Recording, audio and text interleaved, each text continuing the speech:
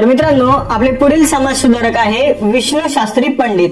तर विष्णू शास्त्री पंडित यांचा जन्म 1827 मध्ये कुठे झाला होता, तर सातारा जिल्ह्यातील बावधान या ठिकाणी झाला होता.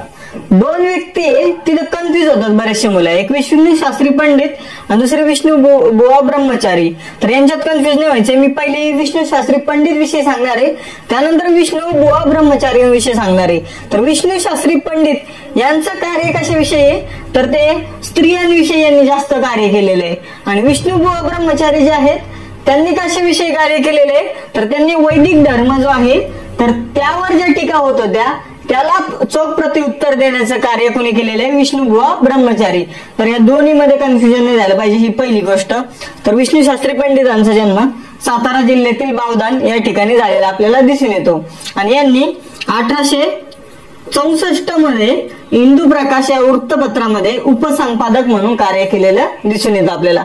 हिंदू प्रकाश हे वृत्तपत्र कधी सुरू झालं असं जर विचारलं तर हे वृत्तपत्र 1862 मध्ये सुरू झालेलं आपल्याला दिसून येतं. म्हणजे सुरू झालंच होतं, दिसून येतं नाही, सुरू झालंच होतं.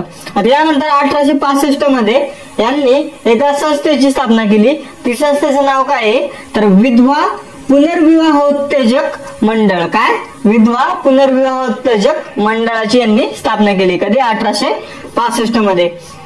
हे नाव लक्षात ठेवायचंय तुम्हाला, पुढे याचा रेफरन्स येणार आहे. यानंतर 1874 मध्ये यांनी आता या मंडळाची स्थापना केली होती 1865 मध्ये विधवांचा विवाह करण्यासाठी. यांनी प्रॅक्टिकली ते करून दाखवलं. यांनी यांची पहिली पत्नीचा मृत्यू झाल्यानंतर 1874 मध्ये विधवा पुसाबाईशी परत विवाह केला. एका विधवेशी यांनी विवाह केला आणि तिचं नाव काय होतं, पुसाबाई. तर ही गोष्ट लक्षात ठेवायची. यांनी ग्रंथ कोणकोणते लिहिले, तर ब्राह्मण कन्या विवाह, त्याचबरोबर विधवा विवाह, त्यानंतर नाना फडणवीस यांची बखर, आणि त्यानंतर स्मृतीशास्त्र. हे यांनी लिहिलेले काही महत्वाचे ग्रंथ आहेत. तुम्हाला दिसून येईल की यांनी जे महिलांविषयी कार्य आहे ते केलेलं आपल्याला दिसून येतं. त्यानंतर